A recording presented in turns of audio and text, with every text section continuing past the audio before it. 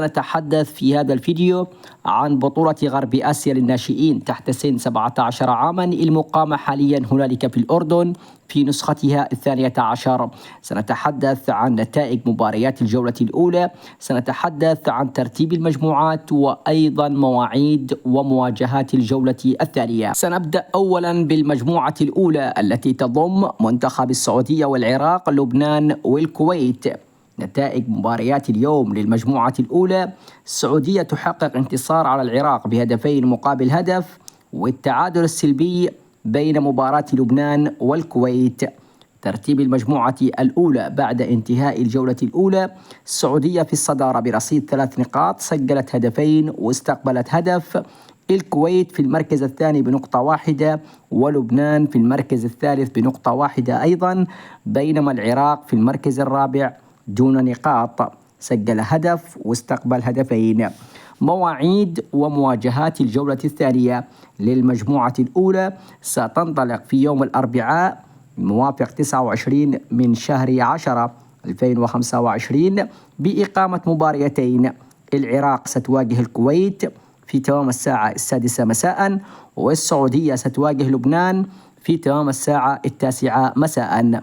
بينما في المجموعة الثانية والتي تضم منتخب الأردن مستضيف البطولة وفلسطين وسوريا، اليوم أيضا أقيمت مباراة واحدة في هذه المجموعة نظرا لتواجد 3 منتخبات فقط في هذه المجموعة. لعب المنتخب الأردني مباراة أمام فلسطين وانتهت بفوز منتخب الأردن بهدف مقابل لا شيء، بينما المنتخب السوري كان مرتاحا في هذه الجولة وسيلعب في الجولة القادمة في يوم الأربعاء القادم مباراة أمام منتخب فلسطين.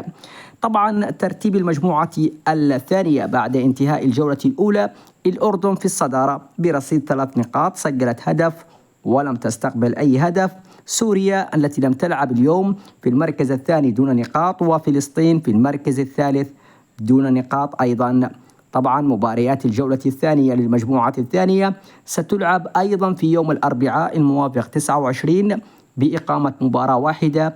منتخب سوريا سيلعب مباراته الأولى أمام منتخب فلسطين الذي سيلعب مباراته الثانية. طبعا بالتوفيق للمنتخبات المتواجدة في هذه البطولة، وطبعا هذه البطولة هي مجرد إعداد للمنتخبات الوطنية لفئة الناشئين استعدادا للتصفيات الآسيوية القادمة تحت سن 17 عاما، والتي ستنطلق بإذن الله تعالى في نهاية شهر نوفمبر القادم. طبعا بالتوفيق للجميع، أترك لكم التعليقات، والسلام عليكم ورحمة من الله تعالى.